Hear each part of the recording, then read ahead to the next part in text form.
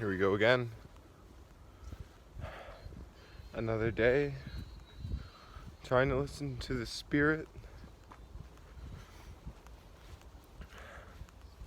Woke up having not smoked anything since last night. A lot of the time in my life I wake up, smoke something in the middle of the night. This has been very general until now, but I'd like to be a little personal. I've had a really hard time being sober in my life. It's just a day a friend put it to me pretty simply a while ago. It said a day just simply is without beer or marijuana or cigarettes or cocaine or what have you. And I like the way it feels to be sober, to try to get some sort of clarity. The veils are so real, and if they were so easily lifted, they would be. But we suffer for our addictions. We suffer for our missteps. And we suffer for our bandages and our crutches. We were given legs to walk. We were given shoulders to bear the burden.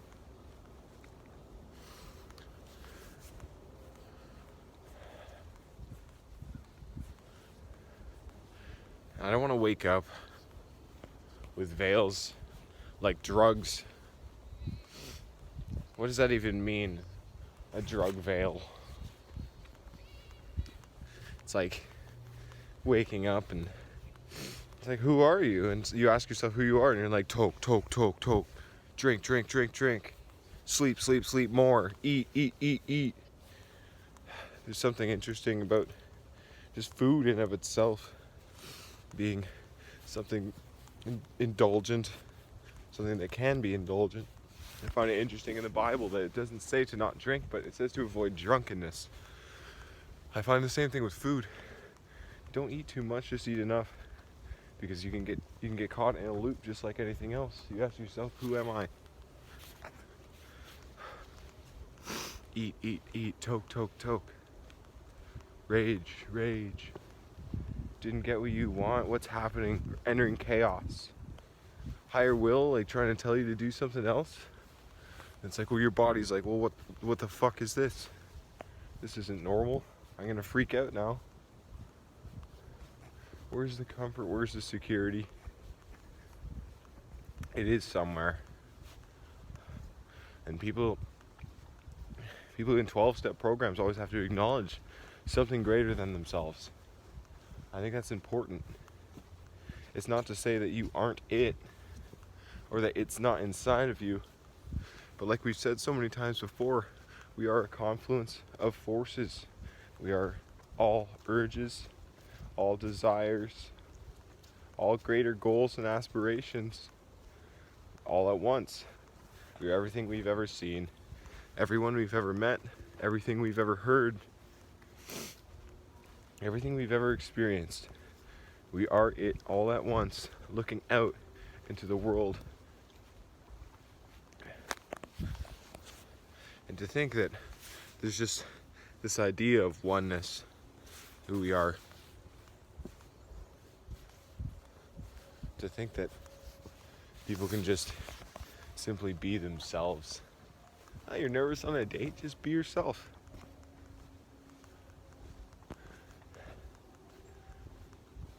A lot of people aren't very in touch with themselves. There's a lot of denial in the world. Denial of pleasure. Denial of responsibility. There's a balance to be struck between. There are many rigid people in this world that will never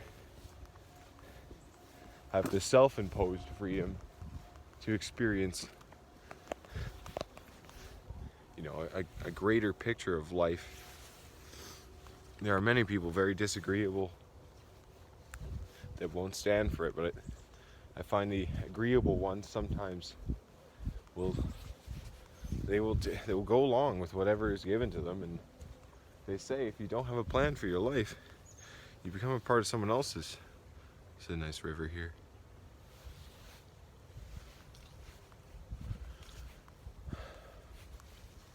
I didn't really know what I was going to talk about this morning, but when you wake up and your ice tray doesn't work, and your water, which ritualistically is kept cold and drank cold in the morning, it's like, well, fuck. I didn't adapt very well. You know what I did is I just grabbed the ice tray that wasn't working and I just smashed the shit out of it. I grabbed it and I threw it at the ground because it was like, well, if you're not working, you're never going to start working. It's not as though there's some mechanical error happening here.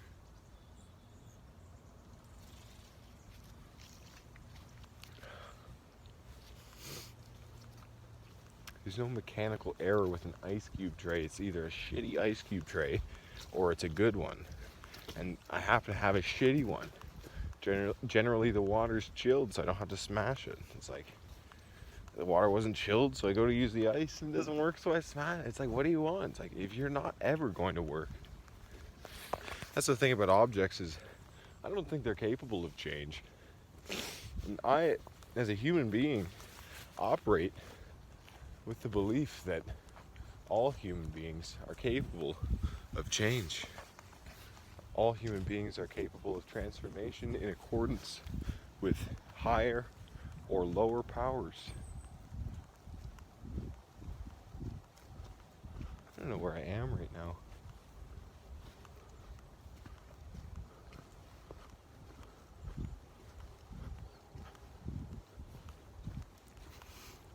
It's kind of cool.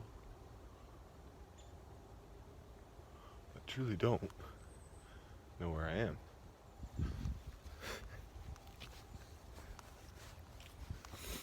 The fence, man's oldest enemy. There's a tree that fell on the fence. Take that, fence. Now we're going deep. Nature strikes back, eh? Like, we try to keep shit out, and what can you do? A fence destroyed by a fallen tree. Why fence a forest? Not like a bird or a squirrel can't just get over, eh? Ask some people this way. See what they really think. Saying hi to a lot of old people lately. Trying to extract wisdom. I don't think that's actually what happens. Howdy. Howdy. It's the first person I've ever heard say howdy back. I don't think that's the thing that people in Woodstock say. But maybe it is. Maybe I leave more of a mark than I think I do. I thought there are probably near 1,000 people that traverse this trail system every day in Woodstock. We're a town of about 40,000. Very few people leave anything behind, except for litter. Not very much of it, mind you, but as our city becomes bigger, attracts more people from other places, they don't really know, they don't have the same respect for nature that people who have lived here their entire lives have. We see a lot of garbage. I don't know, maybe you didn't see it. You see cool shadows, eh? Yeah. If nobody's ever leaving anything of use behind, it's pretty interesting when somebody does. And if you feel like 1 in 1,000, 1 in 10,000, the way I feel, you really can make a mark on this world. Just leave behind a note. It's such a rare thing. You find a note from someone in public. And what does it say? Like,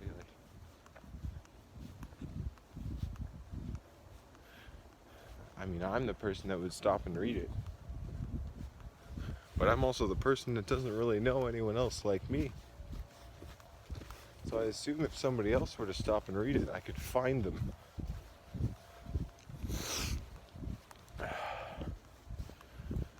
Not only are we everything that we experience, but we are everyone who we surround ourselves with.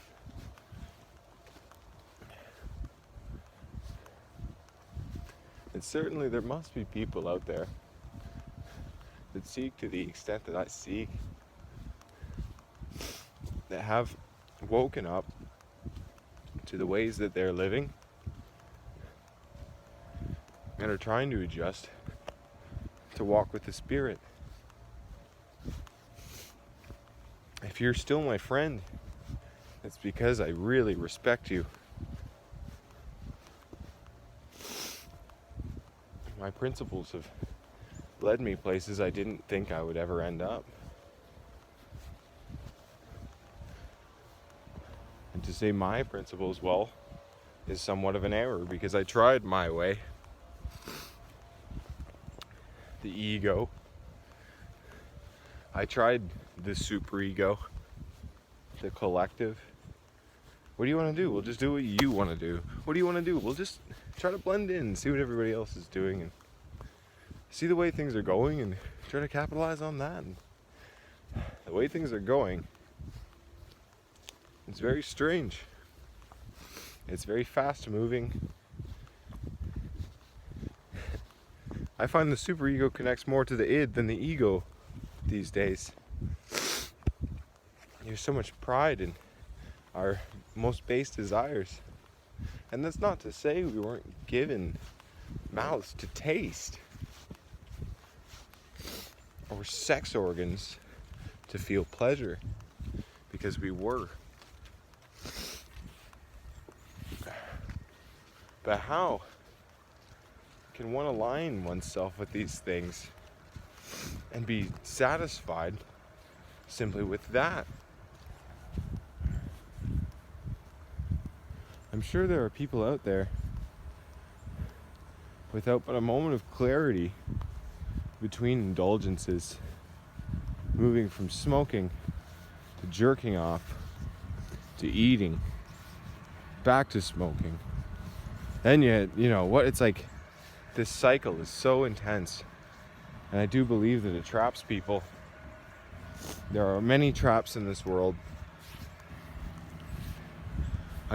That's somewhat of a dopaminergic trap, like dopamine, the reward center of the brain, you know? It's what drives us toward activity, toward completing activities. And we think, oh, well, we just smoked, like, good job. It's like, oh, well, we just had an orgasm. That means, you know, we successfully are going to transmit our DNA to the next generation. Well, good job. And it's like, oh, you had food? It's like, okay, well, we're going to live through the... And you could just see that, like hours in this cycle, over and over. We need to escape this cycle. We need to get perspective on ourselves. We need to take a step back. Look at our week. Look at our month. Look at our lives.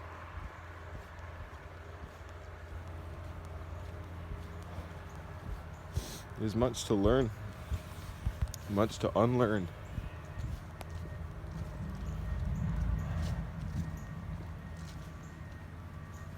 We want to get out of ourselves.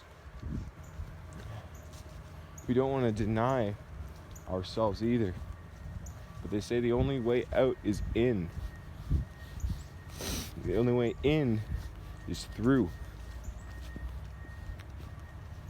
So, through self-reflection, through meditation, through ritual,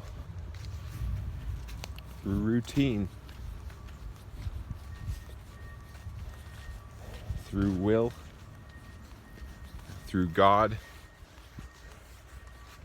the Holy Spirit, and the forgiveness to absolve us from our misgivings given to us by Jesus Christ. It's an amazing concept if you can understand it. I'm still working on it myself, but that's everything for today.